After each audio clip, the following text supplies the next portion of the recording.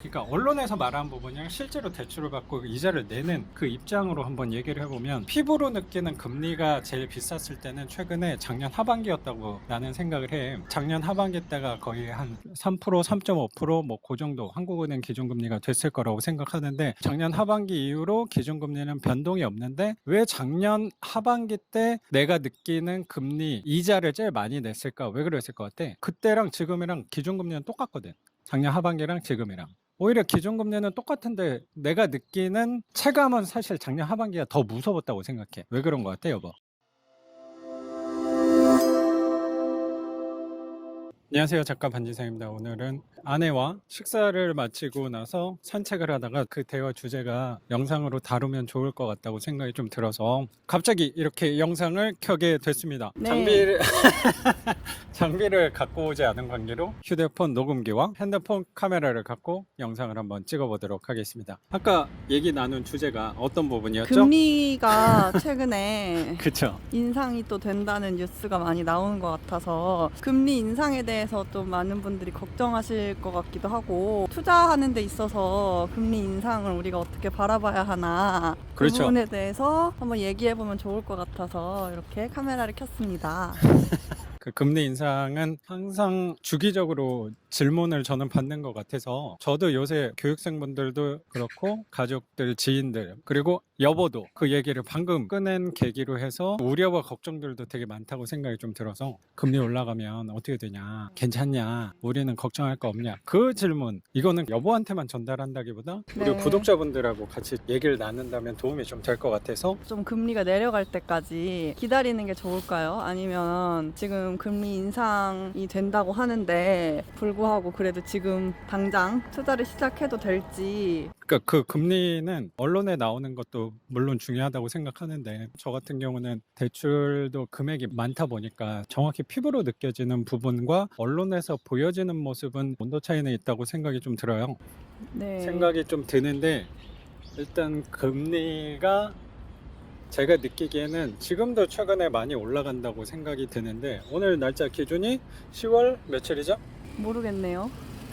10월 27일. 10월 27일 금요일인데요. 그렇죠. 10월 27일 금요일이니까 그러면 10월 말 기준으로 해서 금리가 실제로 높아진다. 저는 실제 알람 문자도 많이 받고 있긴 한데 네. 나는 전혀 걱정 안 돼. 뭐 그런 부분이랑은 좀 거리는 멀 수 있을 것 같아요. 여기 앉아서 할까? 그러니까 언론에서 말한 부분이랑 실제로 대출을 받고 이자를 내는 그 입장으로 한번 얘기를 해보면, 피부로 느끼는 금리가 제일 비쌌을 때는 최근에 작년 하반기였다고 나는 생각을 해. 작년 하반기 때가 거의 한 3%, 3.5% 뭐 그 정도 한국은행 기준금리가 됐을 거라고 생각하는데, 작년 하반기 이후로 기준금리는 변동이 없는데 왜 작년 하반기 때 내가 느끼는 금리 이자를 제일 많이 냈을까? 왜 그랬을 것 같아? 그때랑 지금이랑 기준금리는 똑같거든.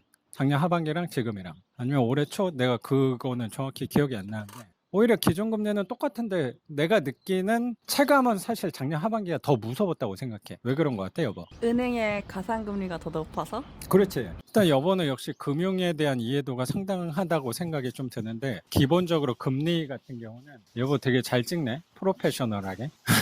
지금 나 여기 일부러 기대고 있어. 그거 흔들릴까 봐. 흔들려도 돼. 그 저절로 잡아줘. 아. 기준금리랑 가상금리가 합쳐져서 내가 실질적으로 납부하는 이율이 되는 건데, 기준금리는 정확히 말하면 한국은행 기준금리는 아니고 나는 담보대출이다 보니까 코픽스 금리를 취하게 되는 건데, 코픽스 금리를 만들 때도 한국은행 기준금리를 갖다가 쓰기 때문에 뭐 한국은행 기준금리랑 코픽스 금리랑 차이는 별로 없다라고 셈을 치면, 작년 하반기가 더 높았던 이유는 정확히 말하면 가상금리 때문이라고 생각을 하거든. 근데 그 가상금리는 뭐냐면 은행의 영업 마진이야. 뭐 작년 하반기 때 기준금리가 예를 들어 3.5다. 그럼 작년 하반기 때 실질적으로 받는 대출 금리가 거의 6% 초반, 이렇게 대출을 대다수가 그 금리를 받았던 이유가 기준금리가 3.5였고 은행들이 먹는 마진이 한 2.5 정도 됐던 거야. 그러면 실질적으로 한 6%가 내가 받는 금리가 되는 건데, 그랬더니 아마 기억나시는 분들도 있을 건데 작년 하반기부터 올해 초에 은행들 성과급 잔치, 사상 최대 실적, 이런 뉴스가 많이 나왔거든. 그러다 보니까 여론이 안 좋아져서 은행들이 가산금리, 영업이익, 마진율을 낮추기 시작한 게 올해 초부터 마진을 낮춘 거야. 그래서 그게 최종적으로는 거의 1.5 정도 된 것 같고, 그래서 실질적으로 기준금리는 변동이 없지만 가상금리가 내려가서 내가 받는 시장금리가 전체적으로 떨어졌고, 실질적으로 뭐 올해 초 상반기 이렇게 대출 받으시는 분들은 거의 금리가 4% 중반, 좀 높으신 분들은 후반 이렇게 금리를 받았던 것 같아. 금리가 올라가니까 이제 가상금리는 아마 더 올리기는 이 여론 때문에 쉽지 않을 것 같고, 이제 다시 올라가니까 조금 올라간다 하더라도 아마 작년 하반기에 내가 받았던 실질적인 금리 한 6% 선에 그게 도달하기는 아직 여유가 나는 있다고 생각이 좀 드는 거고, 근데 다행스럽게도 왜 작년 하반기가 나는 더 오히려 무서웠냐고 생각하냐면, 작년 하반기는 예전에 금리가 올라가기 전에 그 기준으로 해서 월세를 받았던 거야. 그러다 보니까 금리는 올랐는데 월세는 2년 정도로 계약해 놓은 것들이 많으니까 금리가 올랐다고 바로 월세를 못 올리잖아. 그래서 나는 그 기간 동안 월세를 많이 올렸어. 한 1년이 지나는 동안 뭐 최근에도 세입자가 3명이나 바뀌고 하니까 그것도 거의 다 10만 원, 뭐 많게는 20만 원 올린 월세도 있단 말이야. 그래서 예전에 금리 불편함 때문에 나는 1년 동안 월세를 많이 올려놨단 말이야. 이건 어쩔 수 없는 상황이었던 거지. 그때는 나도 불편하니까 한 7년, 8년 전에 받았던 월세대로 나는 받을 수 없다 라는 뭐 나름의 핑계, 명분이 있었다고 실제로 생각해. 이자가 많이 올랐기 때문에 그렇지. 월세도 올라갈 수밖에 없었다는. 그렇지. 뭐 손해를 보면서 세입자를 받을 수는 없었으니까. 그때 당시에 나도 기억이 나는 것 중에 하나가, 월세를 내가 이런 사유 때문에 금리가 너무 올라서 이자를 올리겠다라고 얘기를 했더니 뭐 실제로 세입자가 이해한다 이런 의견이 더 많았고, 10만 원 올린다고 했을 때 이 월세는 너무 비싸서 나가겠다라고 한 세입자는 단 한 명도 사실 없었다.